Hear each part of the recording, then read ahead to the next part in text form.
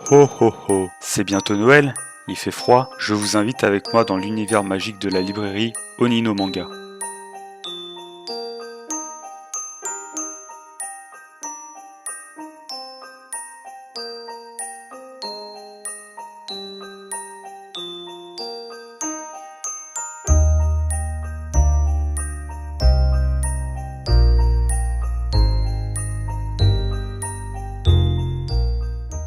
Yo les otaku, j'espère que vous allez bien. Aujourd'hui, je vais vous emmener dans la librairie Oni no Manga. Après une brève présentation, elle va nous parler des cadeaux qui seraient intéressants pour Noël. On ne sait jamais quoi choisir comme cadeau manga pour ses proches. Alors restez bien jusqu'à la fin et vous repartirez serein pour faire vos achats. Désolé par avance pour la qualité vidéo, mon appareil s'est rayé et je n'avais pas remarqué. Si la vidéo te plaît, n'hésite pas à t'abonner et à mettre un pouce bleu. Installe tes petites fesses dans ton canapé moelleux et bonne vidéo.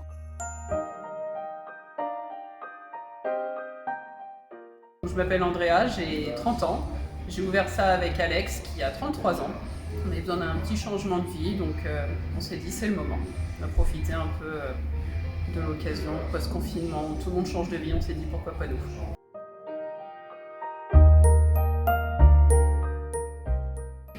Pour vivre de notre passion un peu pour changer, ça faisait 17 ans que lui il était boucher. Moi j'étais vendeuse, j'ai fait dans plein de domaines différents, donc on voulait rester dans le domaine du commerce. Et on ne trouvait jamais où acheter nos mangas, jamais, on devait aller à Paris ou alors faire le tour de la Seine-et-Marne. Et on s'est dit pourquoi pas les vendre nous-mêmes, le problème serait réglé. Et quand j'ai cherché, j'ai vu qu'ici, il n'y avait rien. Donc c'était l'occasion aussi qui faisait qu'on pouvait bien se placer.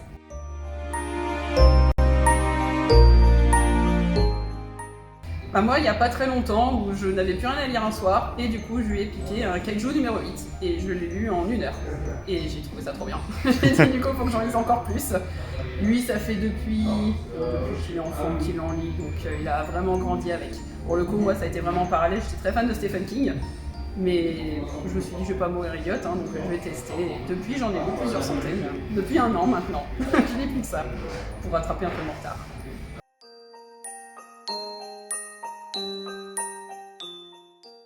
Alors, Oni no Manga, ça veut dire le manga de l'ogre en japonais.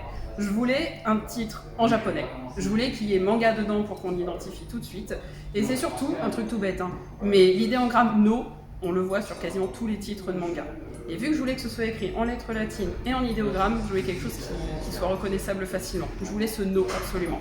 Et vu que c'est la marque du possessif, j'ai cherché. J'ai des amis qui parlent japonais, donc je leur ai demandé un peu des conseils. Comment tourner mes phrases, et je me suis dit, j'aime bien moi la mythologie, quand j'apprends sur une culture, sur un pays, c'est la mythologie que j'aime beaucoup voir. Donc j'ai pris la liste de tous les yokai, et je suis tombée sur le Oni, et le Kitsune, qui me plaisait beaucoup, parce que le Kitsune est pareil très très connu. Mais quand j'ai regardé Oni, c'est 3 lettres, c'est facile à lire en français, c'est un seul idéogramme, c'est super simple. Kitsune, déjà en français, si on ne sait pas ce que c'est, on dit Kitsune, et c'est plusieurs symboles, donc un peu plus compliqué à écrire. Donc je suis partie sur le manga de l'ogre. D'accord. Oni no Manga.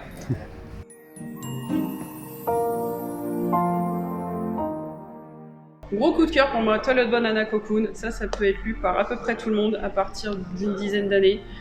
C'est tiré de la légende de Hanako, qui est le fantôme qui hante les toilettes au Japon, sauf que normalement c'est une fille. Et là, dans cette série, c'est une jeune fille qui est amoureuse, qui veut déclarer ses sentiments, mais qui n'y arrive pas. Ses copines lui disent: t'as qu'à demander à Hanako, il va t'aider. Il dit: ouais, c'est ça, t'as raison. C'est lui qui sort. Oups. Donc elle dit: ah, tu veux bien m'aider? Il fait: c'est toi qui vas m'aider à virer tous les fantômes de l'école. Et je peux te dire qu'il y a du boulot. Et vu qu'il a 15 ans, il prend rien au sérieux, il la met dans des situations pas possibles, c'est super marrant. Et je trouve que les graphismes, ils ont vraiment quelque chose. Ils ont une patte. C'est très anguleux, les traits qui ont tous une épaisseur différente. Ils ont vraiment quelque chose. Ça, c'est un gros coup de cœur pour moi. Il y a pour l'instant 10 tomes en France, mais il y en a 20 au Japon. Donc ça va continuer encore longtemps. Et ils sortent assez rapidement, vu qu'ils ont beaucoup d'avance. Donc pour le coup, pas besoin d'attendre 107 ans pour la suite. Un très bon shoujo que j'ai découvert et que j'ai dévoré en 2 fois, 100 jours avant ta mort. Pareil, c'est classé shoujo, mais ça peut être lu par n'importe qui. Un jeune homme qui est amoureux de cette fille depuis qu'il est tout petit. Et enfin, arrivé au lycée, elle accepte de sortir avec lui.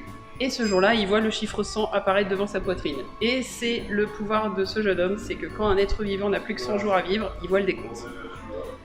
Donc il n'a pas trop envie que sa copine meure. Il va tout faire pour trouver une solution, pour retarder l'échéance, voire l'annuler. Il ne sait pas trop quoi faire, parce que jusqu'à maintenant, ça c'est toujours produit. Très très prenant, en 6 tomes seulement. Très bonne histoire. Ça a l'air sympa. Ouais, franchement celui-ci, je l'ai dévoré. Ouais, on a envie de savoir si vraiment ils vont s'en sortir à la fin, quoi. C'est vraiment trop bien.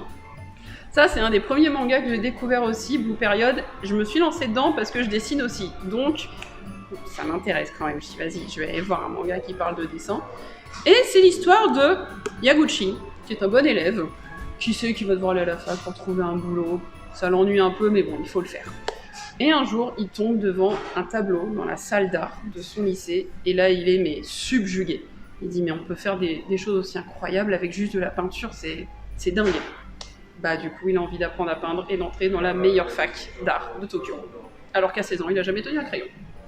Donc on va suivre un petit peu ses débuts dans les cours de dessin, toutes les galères qu'il va rencontrer pour apprendre à faire un tableau, parce que ça se fait pas comme ça, c'est pas juste on dessine, on fait un truc et hop, c'est bon, c'est nickel, non, il faut apprendre les compositions.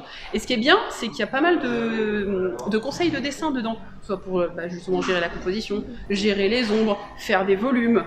Donc si on s'intéresse un peu à un dessin, c'est ça en plus. Et il y a plein d'autres dimensions, surtout très actuelles, par rapport à un autre personnage, une jeune fille, qui aimerait être une jeune fille dans ce manga-là. Donc voilà, c'est très très d'actualité. Je trouve qu'il est très pertinent. À la base, il devait s'arrêter en 6 tomes. Et finalement, ça a tellement marché que l'auteur a dit « Ok, je continue ». Et même la suite n'est pas forcée. On sent qu'il y avait vraiment quelque chose à raconter par la suite, on ne s'ennuie pas. Donc, très chaude recommandation. En plus, actuellement, il y a un coffret. Oui, il y a un coffret avec les 3 premiers tomes pour le découvrir. On a pris d'ailleurs. C'est vrai. Donc voilà, pour lancer un peu l'histoire, c'est vrai que le premier tome est assez centré sur avant sa découverte de la peinture. Après, ça pousse beaucoup plus. Donc, ne peut-être pas s'arrêter au premier en disant « Oh, on s'ennuie ». Celui-ci, La petite faiseuse de livres, un peu plus rare à trouver parce que Ototo n'est pas forcément vendu partout. C'est un manga qui peut être lu par tout le monde, à partir de 7 ans sans aucun problème. Donc c'est un peu plus rare à trouver, mine, des histoires qui peuvent être lues par les enfants. L'histoire d'une jeune femme qui est fascinée par les livres, qui vit que pour les livres tout le temps, et qui, ironie du sort, meurt écrasée par sa bibliothèque. Bon, c'est pas de chance. Et elle se retrouve réincarnée dans le corps de cette petite fille, dans un monde complètement fantastique, parce qu'elle-même, elle dit « Mais pourquoi ils ont les cheveux roses, verts, qu'est-ce que c'est que ce délire ?» Et médiéval. Donc les livres sont très chers, sont très rares, et elle veut des livres. Elle peut pas vivre sans ça. Donc elle se dit qu'elle va les fabriquer elle-même. Sauf que elle a 5 ans, elle a une santé extrêmement fragile, c'est-à-dire qu'il y a un coup de vent, elle tombe malade, donc elle peut jamais sortir chez elle, donc elle trouve des matériaux et tout, va suivre un petit peu sa réflexion sur comment créer des livres.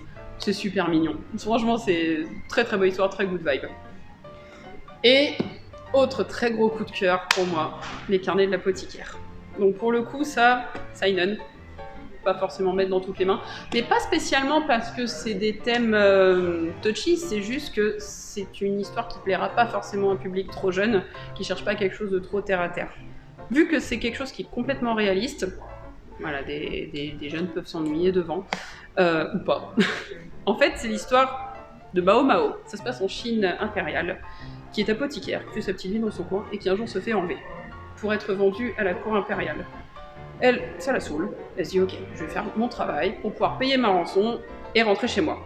Sauf que comme elle est apothicaire, elle a des connaissances en médecine, en chimie, et elle se rend compte que certaines maladies peuvent être évitées.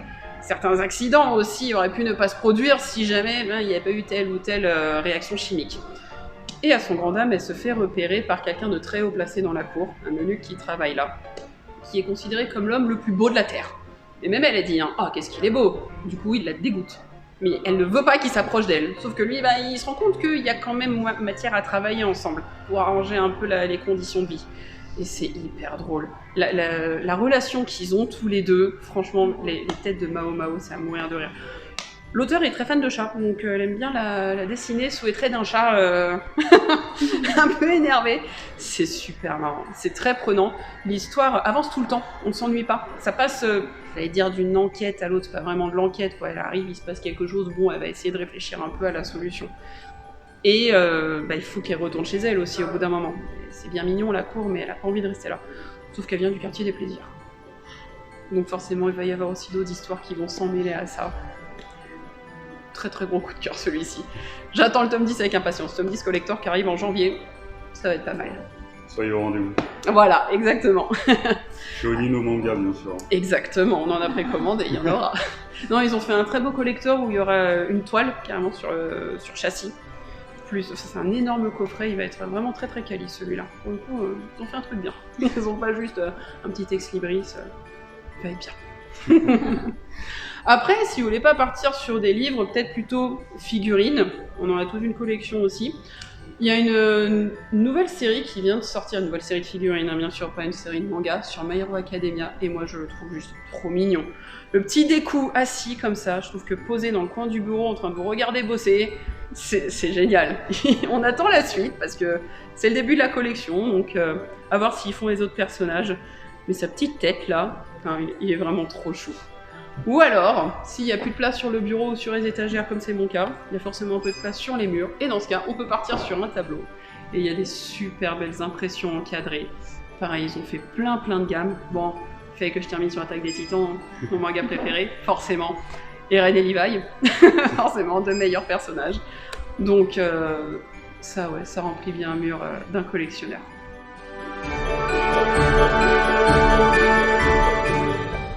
Donc on est au 21 rue de la Ferme à Gretz-Armainvilliers. On a un Instagram, Onino Manga, tout attaché. Un TikTok aussi, Onino Manga, tout attaché, où on publie toutes les nouveautés dès qu'il y a des arrivages. On met régulièrement dessus, donc faut pas hésiter à nous suivre. On a un Facebook aussi, je publie un peu moins, j'avoue. Mais bon, je le mentionne quand même. Et on est ouvert du mardi au samedi, de 10h à 12h30 et de 14h à 19h. Et jusqu'à fin décembre, les dimanches de 11h à 17h. Donc il y a presque plus de dimanche. Après, c'est Noël. D'accord. Bah, merci beaucoup. Merci. En tout cas, merci de nous accueillir.